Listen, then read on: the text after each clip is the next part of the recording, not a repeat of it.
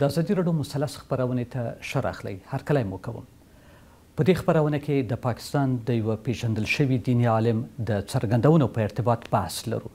مخکې تر دې چې د خپرونې میلمانه تاسو ته معرفي کړم، د دې دیني عالم څرګندونې سره اورو. पाकिस्तान एक ऐसी रियासत है कि जो मुसलमान है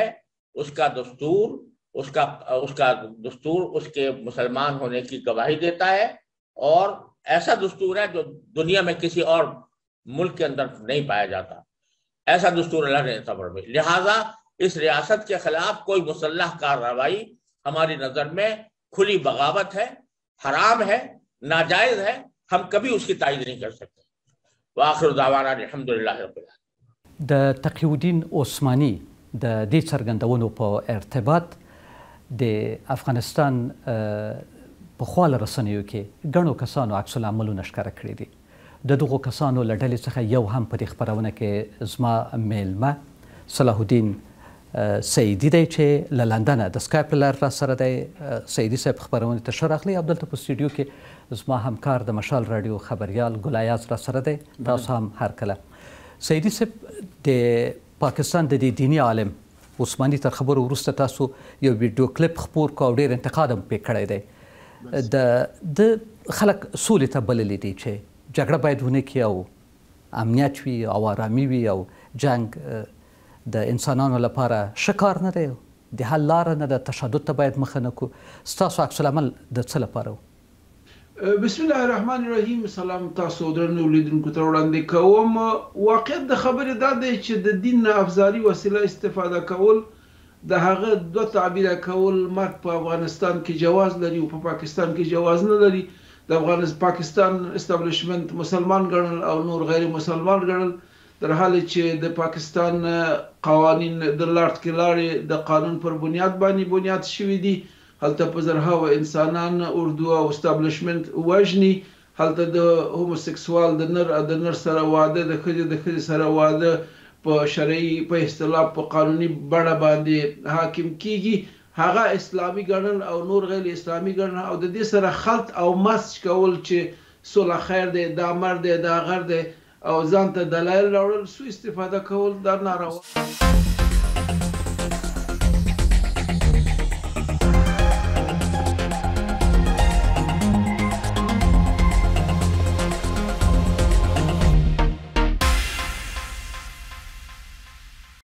سعیدي صاحب وبخښئ،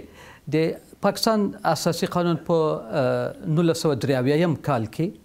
تصویب شوی دی چې ذوالفقار علي بوټو په صدارت کې تدوین شو، بیا ترتیب شو، بیا پارلمان پاس کړ. په هغه اساسي قانون کې په 2مه ماده کې ویل شوي دي چې اسلام د پاکستان رسمي دین دی. نو دوی خو رسمي دین اسلام دی، او تاسو بیا د پاکستان تر جوړېدو مخکې د انګریزانو مسلې ته اشاره وکړله، او حتی د پاکستان مؤسس محمد علي جناح هم ویلي و چې اساسي قانون تر اوسه نه لرو. په 48 کال کې ویلي و، خو اساسي قانون به مو ډیموکراتیک وي او د اسلام په اصولو به بنا وي. د ډیموکراتیک او د اسلام د اصولو نه په بنا که چیرته همدا وي چې د پاکستان پارلمان ښځه د ښځې سره د واده مسئله او نر د نر سره د واده مسئله په مسجد باندې په قرآن کریم باندې حمله، په زرهاوه انسانان وژل او یو سلسله نور اصول د غیر اسلامي وسیله بر بنیاد باندې ولاړ، زه فکر کوم دا غولونه ده. واقعیت د خبرې دا دی چې د دین افزاري استفاده شوې ده. په تیرو 40 کالو کې، په تیرو 20 کالو کې په افغانستان کې پول ته انفجار ورکول، انسان وژل، بې ګناه انسان وژل، په حدیث صحیح د حضرت پیغمبر صلی الله علیه وسلم کې دی که چیرته یو څوک، یو متعهد یا هغه څوک چې د اسلامي حاکمیت تر لاندې ژوند کوي، د هغه د وژلو قصد وکړي او ووژني، داسې انسان د جنت بوی نه ویني. حدیث د حضرت پیغمبر کې راغلی دی چې د جنت بوی د 200 ذراعو نه اخوا هم وړل کېږي. دا چې د شفاخانې په مخ کې بم وګدي دا چې د سفارت په مخ کې بم ایښودل کیږي او د دې هدف کچیرته د خپل دښمن همي د اسلام دښمن همي او دغه په نتیجه کې 200-300 نفر وژل کیږي او آیت د الله تعالی وایي چې بسم الله الرحمن الرحیم ومن يقتل مؤمنا متعمدا فجزاؤه جهنم خالدا فيها څوک چې په عمد باندې یو مسلمان اوجنی جزای جهنم د په تور د ابد کافر په تور د ابد په دوزخ کې دی دا کار کړی دی په افغانستان کې مسلمانان وژلي دي په عمدي شکل باندې. سیدي صاحب وبخښئ خو تقي عثماني او یا د پاکستان نورو علماو خو ښکاره دا خبره نه ده کړې چې دغه کسان دې ورشي په دې تېرو 20 کلونو کې په افغانستان کې دې د وژنې وکړي، یعنې داسې واضح رسمي ځینو عالمانو به البته کنایتا دا خبره کړې چې هلته بهرنیان دي مثلا او هغه خو نو یو شخصي نظر ممکن تعبیر شي، خو که راشم دې ته مخکې تر دې چې په دې برخه کې تاسو نور وضاحت ورکړئ ګلایاس ته به راشم. ګلایاس د تقي عثماني د دې خبرو په باره کې په پاکستان کې هم چا څه ویلي؟ بالکل څنګه یو خو سیدي صاحب سره ولږ زه اختلاف وکړم چې ځینې خبرې هغې وکړلې چې په پاکستان کې چې کوم دینی عالمان دي هغوی یا پارلمان چې دی هغوی ځینې داسې پرېکړې کړي دي چې د واده خبرې هغه کړله یا د نورو هغه معنی په مخکې هم د پاکستان پارلمان په وار معنی که ترهګري وي یا که د ځانمرګي بریدونه وي که په افغانستان کې وو او که په پاکستان کې وو په کلکه یې غندلي دي او دا وار هم څنګه تاسو دې خبرې ته اشاره وکړه د مفتي تقي عثماني هغه یو لوی نوم دی، هغې ته په پاکستان کې مفتي اعظم هم په نامه مشهور دی او په تیر په کال په جولای میاشت کې افغانستان ته هم تللی و، طالبانو د افغان طالبانو مشرانو سره یې کتلي وو او په پاکستان کې دننه په وار معنی د وسلوالو چې کوم فعالیتونه دي په دې معنی وار دوی فتوی ورکړي دي چې دا حرام دي او په پاکستان کې که د دې نوعیت وګوري نیچر یې وګوري نو هم عام خلک وژل کیږي. په دې کې په جنازو باندې حملې شوي دي په خیبر پښتونخوا کې په پاکستان کې دننه همدغه چې کوم وسلوال دي جنازې نه دي پرېښي، مشران نه دي پرېښي، لکه عام وګړي وژلي دي. لکه دې کې څوک داسې که موږ وایو چې په بهرنیو څوک نه دي هغه کړي. بلې موضوع ته راشو چې د تقي عثماني تر دې وروستیو څرګندونو وروسته د مشال راډیو کې تاسو داسې څه راپور لرئ چې خلکو څه غبرګون ښکاره کړی؟ په دې معنی که وګورئ د پاکستان لږ شانې د هغه بدل دی، د ډاینامیکس که لږ وګوري په پاکستان نن سبا یو سیاسي اړې ګړی دی او اقتصادي مسلو سره مخامخ دی. نو ځینې خبرې ځینې هغه چې دي هغه اخباري هغه پورې حد پورې پاتې شي، په هغې باندې بدون خلک بحثونه او دغه نه کوي. امنیتي ستونزه چې دا هغه په خیبر پښتونخوا کې ده، نور ملک چې دی هغه په سیاسي اړې ګړې کې مصروفه دي، سیاسي مصروفیات زیات دي. پنجاب کې حکومت ختم شو، نگران حکومت راغلی دی، هلته انتخابات کیږي. په خیبر پښتونخوا کې که موږ وګورو په قبایلي ضلعو کې او په نورو په دې وروستو میاشتو کې ناامني زیاته شوې ده. نو هلته لپاره د خلکو ته دا یو مهمه وه چې د طالبانو لخوا چې کوم بریدونه کیږي او په هغې باندې دا غبرګون راتګ د مخورو د علماو د فتوا راتلل، نو دا هغوی لپاره یو هغه ده چې د وسلوالو ته هم یو هغه دی چې علما چې دي دیني عالمان چې دي هغه هم په دې معنی هغه کوي چې عام خلکو وژنه چې دا هغه حرام ده. څنګه سیدي صاحب پوره تفصیلا خبره وکړله په دې معنی. خو دا دلته هغه د افغانستان مسله ده، یو وخت د پاکستان ځینو عالمانو همدا خبره کړې وه. په دې برخه کې به بیا توضیح له سیدي صاحب څخه وغواړو. سیدي صاحب ځینو پاکستاني عالمانو د طالبانو تر راتګ مخکې دغسې خبرې کولې چې په افغانستان کې باید جهاد وي او جهاد روان وي. هغه شي ستاسو په شمول ځینې افغانان په غوسه کړي دي د تقي عثماني د خبرو له خاطره که څرنګه؟ خدمت عرض وکړم په دې برنامه کې چې وخت لګي کله مختصر خبرې کوو چې سبب د سوء تفاهمات کیږي. کله چې موږ پاکستان وایو د پاکستان عام خلک د امونه تر عباسي زموږ ورونه دي او زمونږ سره تاریخ او جغرافیه هر څه مشترکه لري، دې کې خبره نشته ده. زمونږ ډېر افغانان همدا اوس په پاکستان کې سختې خواخوږۍ لاندې د اوسني پاکستان خلک چې د پښتنو او د بلوچ سره مرستې کوي، دې کې شک نشته. عادي خلک یو جدا دي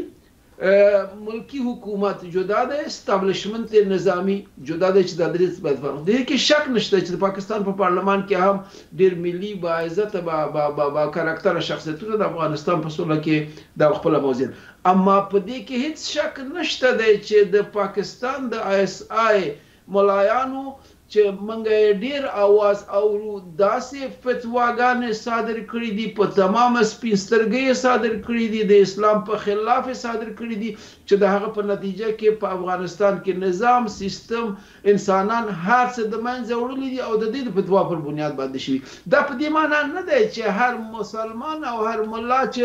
په پاکستان کې د گویا العیاذ بالله د دې شرارت او د دې ظلم او د دې تعدی سره موافق دی. ډیر داسې ملي شخصیتونه هشته دي چې تعداد هم لږ نه دی، خصوصا د پښتنو او د بلو ترمنځ چې د افغانستان د خلکو سره سخته خواخوږي ښکاره کړې ده او په عمل کې قرباني ورکړې. په دې کې هیڅ خبره نشته، اما متاسفانه په رسمي سیاست کې چې د اسټابلیشمنت د ادارې لاندې دی، دا چې مفتي اعظم دی، دا د ISI په زور باندې مفتي اعظم دی، دا چې ورته امکانات په صلح او خیرخواه د صلح دوست مسلمانان او علما وژل کیږي او د باډیګارډانو سره ساتل کیږي. دا د هغه برنامو پر بنیاد باندې دي چې متاسفانه په افغانستان کې د ظلم، تعدی او د اسلام ضد فتواګانې ورکړل شوي دي او د هغه په نتیجه کې زمونږ خلک قرباني دي. سیدي صاحب، دلته دا سوال دی، اوس لکه تقي عثماني مخکې ګلای اعظم دې ته اشاره وکړله چې کابل ته تللی و، له طالبانو سره هم کتلي و، له طالبانو سره ډېر نږدې روابط لري، لیکن دی په افغانستان کې دا تګ و راتګ او د طالبانو د حکومت ملاتړ دا معنا لري چې دوی دغسې یو حکومت ته اسلامي حکومت وایي لکه په کابل کې چې دی. لیکن په پاکستان کې چې د پاکستان اساسي قانون ته راشو، د پاکستان د اساسي قانون د 1983 کال د قانون مادو ته راشو، د پاکستان په اساسي قانون کې نظام یو ډول سیکولر دی، که څه هم په دومه ماده کې ویل شوي دي چې ما اشاره ورته وکړله چې اسلام اصل دی، لیکن فرضاً د پاکستان په اساسي قانون کې که پارلمان ته راشو، په پارلمان کې فرضاً قادیانانو ته هم حق ورکړل شوی دی چې څوکۍ ولري، او حال دا چې په پاکستان کې ډېر ملایان له دې سره مخالف دي چې قادیانیان مسلمانان دي او که نه دي. مثلا عیسویانو ته هم 4 دي که 5 چوکۍ دي ګرځول شوي وو. آئین کې د 1993 په د آئین لاندې قادیانان چې دي اقلیتي مسلمانان کې راغلي دي، خو بیا هم هغوی ته چوکۍ ورکړې ده، عیسویانو ته ورکړې ده، نورو اقلیتونو ته ورکړې ده، او حتی په ځینو نورو مواردو کې هم ډېر نرمش ښکاره شوی ده. مثلا میرمنې کولی شي چې په هره برخه کې باید کار وکړي و، د تحصیل حق لري و. یعنی دغه علت څه شی تاسو بولئ چې آیا د پاکستان دیني عالمان روشن فکر دي نسبت د افغانستان دیني عالمانو ته او که نه بله علت دی؟ واقعیت د خبرې دا دی چې موږ په پاکستان کې د پاکستان د تاریخ په اوږدو کې د 80 کالو راهیسې تعینونکې مرجع اسټابلیشمنت او استخبارات دي. دلته د سیکولار او عدم سیکولار مسئلې بحث کول دا ځان ته یو مستقل بحث دی. د اسلام دین سیکولار دین نه دی او نشي کېدلی په دې چې په هر مواردو کې تصامیم لري. واقعیت د خبرې دا دی چې هغه جانب نړۍ ته او زمونږ او تاسو ته تلویزیون ته زیات برجسته کیږي او زمونږ تصور انحراف ته وړي چې هغه ISI وغواړي زمونږ په اصطلاح خورته ورکړي. واقعیت د خبرې دا دی چې په تیرو 20 کالو کې په افغانستان کې د وژنې، ټکونې او د ترور او د دهشت مرجع او محل او د صدور منطقه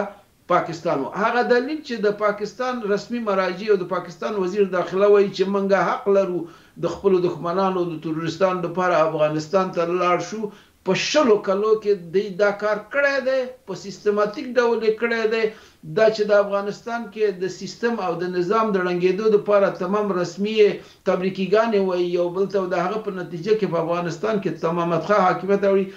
په نړیواله ټولنه د په دې باندې پوه شي چې د پاکستاني اسټابلیشمنت اساسي کار سره دی چې نور عوامل به لري. اما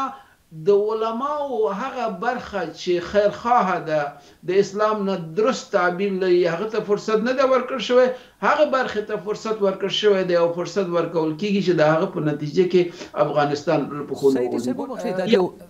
یو خبر دا چې د مدني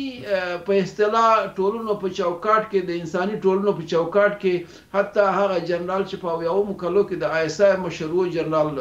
نمداوش زمای او هغه اوس لباس ملکی اخیستی دی او راځي وځي په افغانستان کې د مدنیت او د حقوق بشر خبره کوي.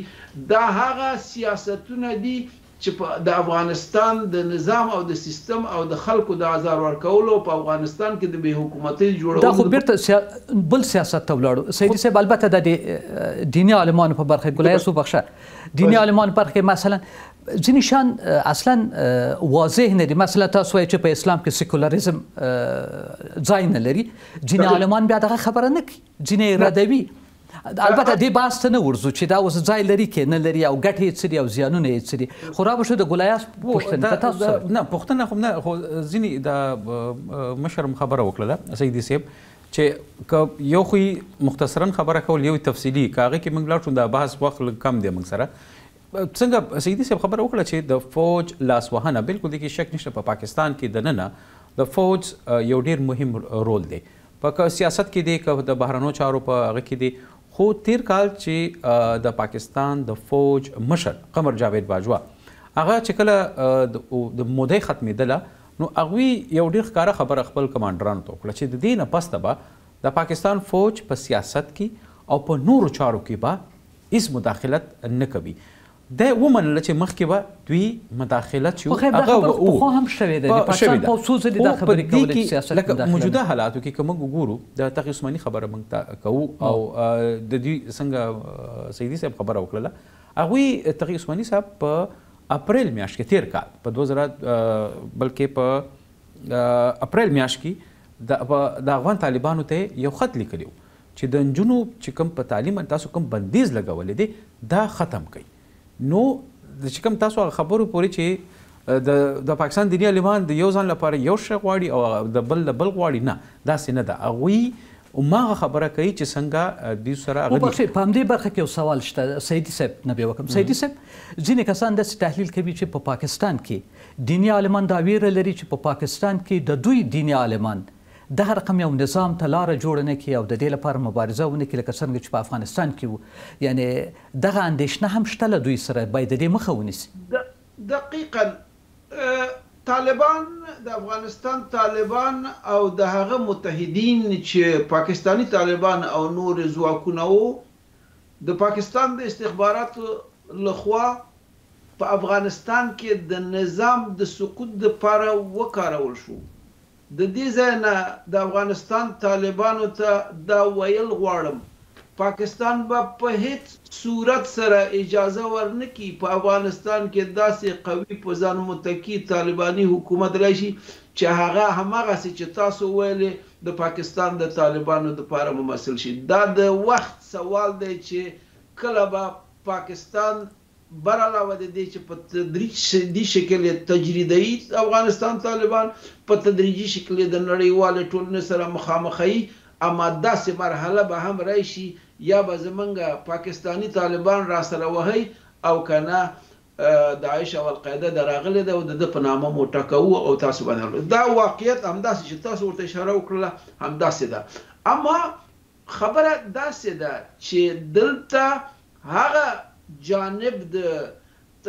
په اصطلاح د سیکولاریزم تر مفهوم لاندې یو سلسله داسې مسایل خلط و مس کیږي چې دې باندې په جزئیاتو تک په دې مورد په 1940 کال کې په نړیوال کنفرانس کې ما یو مفصله لیکنه لیکلې ده چې په انټرنیټ کې شته اسلام او سیکولاریزم دا جدا بحث دی او بلې خواته ځي. اما واقعیت د خبرې دا دی چې ډېر ځلې د پاکستان د علماو هغه قشر چې د افغانستان د په اصطلاح را پرځولو دپاره دلته د دهشت او د وحشت د حاکمولو دپاره کارول شوي دي هغه څیره برجسته کیږي او هغه چې واقعا د اسلام نه درست برداشت لري، علمی برداشت لري، په اصطلاح عادلانه او انساني برداشت لري. هغه مرکزی سوال په دې کې نه دی، دا غلطه غوښتنه ده چې د طالب نه ته وغواړي چې د ښځو حقوق داسې که د ښځو حقوق هسې که. پرون مې د سازمان ملل متحد سرمنشي نه اورېدل چې د طالبانو حاکمیت دی د ښځو په مورد کې مقابل کې چې هغه موانع د تعلیم په مورد کې ایجاد کړي دي هغه د منځه ویسي یعنی هغه خواته دی روان دي چې طالبان د دغه فشار راوړلو نه راوړي زه د طالب نه غواړم یو سیاسي مذاکره ده یو مناظره په سیاسي مذاکره کې مناظره کول د 3 کاله 4 کاله وایم چې خطا دي د طالب هویت ده د طالب پوهه ده دغه پوهه ده زه د طالب نه غواړم چې دا څه باندې چې ایمان لري او ته فکر کوي چې سیدي صاحب وبخښئ نو تقي عثماني څه وغواړي له طالبانو څه وغواړي نو څه ورته ووایي اوس وایم د طالب نه مه غواړئ په سیاسي مذاکره کې چې دا د تغییر کوي او دا هغه د تغییر کوي هغه مفتي لري هغه ته اسلامي ښکاري څوک چې د اسلام په یو شي باندې معتقد دی ته د هغې نه وغواړئ خو معامله شو په اسلام باندې دا د یو مسلمان دپاره جایز نه دی زه د طالب ته زه نړیواله ټولنې ته وایم چې طالب ته وایم په څه چې معتقد یې په تا د مبارک اما ته څوک یې غیر د ټوپک نه غیر د چې آیسا درپسې ولاړ دی ته کوم مشروعیت لري راځه د ملت ته ووایه چې او ملت ما امریکایان وویستل کفري عساکر مې وویستل سیدي صاحب مننه د دې لپاره چې له بحثه ونوځو بیرته د تقي عثماني خبرو ته راشو ګور هغه د ریاست خبره کړې ده هغه ویلي چې د ریاست خلاف ته یو وسله راخلي نو د هغې خلاف فتوا هغه کړې ده نو د ریاست خلاف خو ډیر هغه دي صرف د تحریک طالبان پاکستان خو نه دي چې کوم ناقانونه ګرځول شوې ډله ده نورې ډلې هم په پاکستان کې فعاله دي هغوی دا خبره کړې ده چې کوم د یو ریاست خلاف څوک وسله راخلي نو دا خو په هر مذهب کې هغه کې شته چې ته یو ریاست خلاف هغه کې نو هغه خو که موږ د اسلام خبره کوو دلته سوال دا ده د پاکستان رسنۍ څه وایي چې په دې وخت کې آیا دوی دا تشویش لري اندېښنه لري چې تقي عثماني په دې وخت کې دغه خبره کړې ده چې ریاست خلاف تشویش ګوره شیبر صاحب یو خبره ده د پاکستان الریډي که موږ وګورو امنیتي حالات سم نه دي د پاکستان په ځانګړې توګه باندې په خیبر پښتونخوا کې ته ټول قبایلي د ټول ضلعو اووه قبایلي ضلعې دي بیا د پښتونخوا بندوبستي علاقې دي په ټول زیاتره ضلعو کې خلک اوس راپاڅېدلي دي چې کوم دا فعالیتونه روان دي د وسلوالو او هلته هماغه رنګ نظام هماغه رنګ بندیزونه هماغه رنګ کارونه چې څنګه دوی پخوا په دغه سیمو کې ترسره کړي وو هغې خلاف اوس خلک راپاڅېدلي دي سوال دا ده چې خلک راپاڅېدلي دي نو تقي عثماني تشویش په څه کې دی چې په دې وخت پیغام خپروي نو پیغام هم دا دی چې دا چې کوم د خلکو وژنه ده او کوم دا وسلوال فعالیتونه دي د دې د مخه ونیول شي دا به سیدي صاحب څه فکر کوي چې یعنې تقي عثماني په دې وخت کې ولې داسې پیغام ورکړي ډېر ساده دی جواب د پاکستان د سکیورټي کونسل جلسه وکړه چې د پاکستان د طالبانو سره جګړه یو بلې مرحلې ته ځي د دې په خاطر باندې چې دوی سرکوب کو د دینی عالمانو نه هغه نه چې زمونږ په اختیار کې دي د دې نه باید هم استفاده وشي جواب د هغه جمله کې تقي عثماني دا و 20 کاله په افغانستان کې خو سیدي صاحب په دې کې خو فوج یا چا ورته سر رسمي هغه خو سره نشته دا خو زمونږ خبرې دي چې یا ستاسو یو نظر لکه پاکستان جلسه دایره کړې ده هغه مصاحبه کې دا شته چې د ملایان باید چې زمونږ په اختیار کې دي په دې خاطر باندې استفاده شي دا په اختیار خبره ده نه د اختیار خبره خو نه ده خو د دینی عالمانو که موږ وګورو په عمومي توګه باندې هم لکه کوم وسلوال دي یا هغه خو بار په خپله خبرو کې دا ویلیم دي چې داسې حملې د خلکو د عام خلکو وژنه چې ده او د خبرو په شروع کې تاسو خپله خبره وکړله چې په اسلام کې خو عام خلک د وژنه دلته خو ټول عام خلک وژل کېږي که نه هماغه چې موږ او پاکستاني علماو هغه خیرخواه علماو 20 کاله ویلي چا ونه اورېده اما د دې ته ولې دومره تبارز ورکول کېږي په دې خاطر باندې چې د آیسا په توافق دی تشکر نو وبخښئ دلته بیا هم د تور خبره ده چې دا د آیسای دوی ته ویلي دي که نه یعنې کوم سند خو نشته د شورا د امنیت دوی همدا جلسه وکړه چې د نورو تدابیرو په څنګ کې د علماو نه استفاده وشي او تقي عثماني په شکل باندې دا خو ریاست دا خو بار خبره کیږي په مختلفو په سماجی ټولنو کې یا په نور چې کوم ټولنې دي شبکې دي مدني فعالان دي هغوی هم په علماو باندې په هغه باندې هغه کوي ځکه چې د علماو په دې خلکو باندې دغه چې کوم چا وسلې راخیستې دي لږ اثر پرې دی نو هغوی مقصد هم دا دی چې یاره که د دوی طرف نه یو خبره راشي نو کېدای شي چې دا کوم وژنې دي کوم هغه دي د وینې تویول دي دا به بند شي. نو هغه خو دا دی، خو دا نه دی رسمي سیدي صاحب، دا نه دی چې آی اس آی ته مخامخ ویلي دي یا د هغوی په هغه معنی دي، نه بالکل دې معنی خو سره خبرې حدیث د پیغمبر د صلی الله علیه وسلم من رأى منکم منکرا فليغيره بيده فإن لم يستطع فبلسانه فإن لم يستطع بقلبه وذلك اضعف الايمان. دا حدیث نوې نه دی راغلی چې د امر منکر تغییرول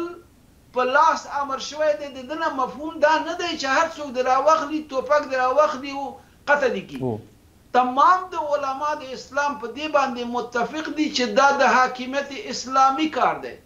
یو سلسله افراطیون وایي چې حاکمیت اسلامي نشته دی، موږ خپل تغیرو. دغه خبر چې تقی عثماني نن کړی دا د نن صحت نه دی، دا د شلو کلو د قانونو صحیح خبر ده. سیدي صاحب بالکل دې خبرې سره بالکل اتفاق کوم، خو آیا تاسو دا ګڼئ چې کم دا کارونه کوي که دا وسلوال چې څوک هم دي کومه ډله هم ده، آیا دا سم دي؟ علماو پرېږدئ، شک نشته چې سم نه دي. اما دغه د پاکستان طالبان چې د افغانستان د نظام د سقوط لپاره رالېږل شوي او د پېښور کور کمانډر راغی، یو دی بیرته هلته په اصطلاح پښتنو مناطقو ته راوړل چې هلته پښتانه او بلوچان ووژني. دغه سوء استفاده د دین نه په پاکستان کې د استابلیشمنت د خوا نه وجود دا دې معنا نه لري چې تقی عثماني ویلي دا غلط ویلي دي. زمونږ تمرکز په دې کې دی چې دغه واقعیتونه چې اوس ویل کېږي، موږ په شلو په دېرشو کلو کې ویلي او اسلام دا وایي، دا ولې اوس ویل کېږي او ولې سیدي پاکستان د دې پړاو نه تیر شوی دی که نه شیبر صاحب؟ پاکستان هم د دې پړاو نه تیر شوی دی. په 2009 کال کې ګورې په سوات کې دغه طالبان راغلي وو، هلته تاڼې جوړې کړې وې، د هغې جوړ کړي وو، خلک پې زورول او یو سخت یو هغې راوستی وو، په 10 لکه نه زیات خلک بېکور شوي، دغه قبایلي ضلعې په همدې کې هم دغه شانې حالات نه تېر شول. دا فوج ورغلی او فوج ورغی، هغه پښتانه چې هلته دي لکه پي ټي ایم څه شکایت کوي چې پوځیانو هم هلته ډېر ظلمونه کړي دي، خلک یې بېځایه کړي دي. نه یعنې خو داسې چې مختلف اړخونه دي چې په دې سیمو کې ډېر ظلمونه شوي دي، خلک بېځایه شوي دي، په زرګونو پښتانه ورک دي. لیکن سیدي صاحب خبره په دې کې ده چې دا تاسو مخکې کوله چې د تقي عثماني اوس ولې دا خبره کوي؟ که څه هم تاسو خو مخکې وویله چې د پاکستان حکومت، آیا په پاکستان کې دومره تشویش شته چې د جګړې به پسې زیاتې شي؟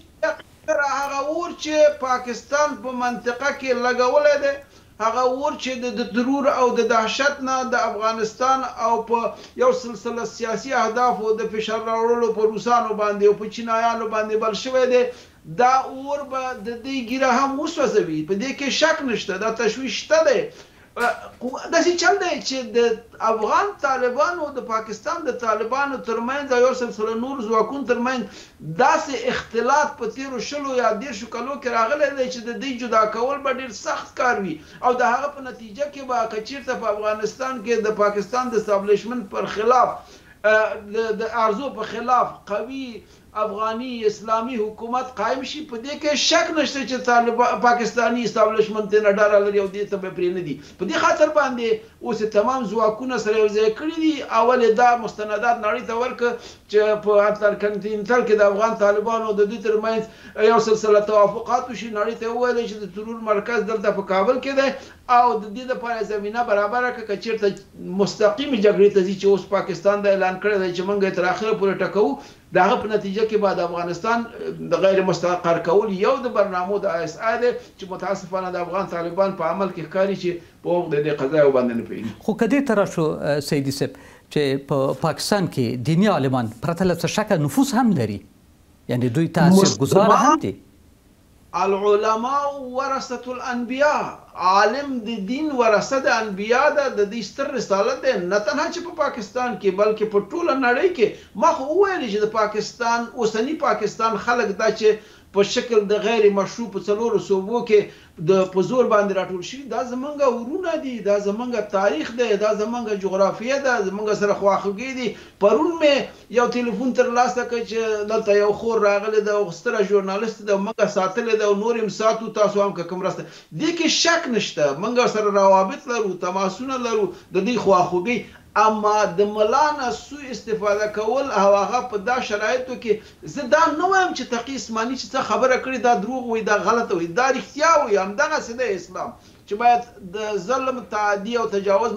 اما دا چې اوس یې ولې وي او د پاکستان د آی اس آی په امر یې ولې وي دا هغه مرکزي نقطه ده چې زه په باندې تاکید کوم. خو دې نه مخکې سیدي صاحب دې نه مخکې هم ماته یاد شي د پاکستان چې کوم نظریاتي کونسل دی د پاکستان آیډیالوجي کونسل ورته وایي هغوی هم ویلي چې داسې وسلوال د ریاست خلاف وسله راپورته کول هغه کول او هغې کې ستر دیني عالمان دي قسم تاسو وایئ چې دا ځینې عالمان چې دي هغه د فوج یا د استخباراتو په دغه باندې دي په رسمي توګه باندې خو هغه نشته خو که په ټولنه کې په هغه کې وګوري هغوی اواز شته هغوی خلک مني. سیدي صاحب ستاسو له همدې ادعا سره او د ګلایاز له همدې سپیناوي سره د بحث پای ته رسوو. له اوریدونکو هم مننه کوم تاسو کولی شئ چې دا خپرونه په فیسبوک کې وڅارئ خپل نظریات راسره شریک کړئ همداراز په یوټیوب کې تاسو کولی شئ چې دا خپرونه سبسکرایب کړئ. تر بلې خپرونې مو خدای مل.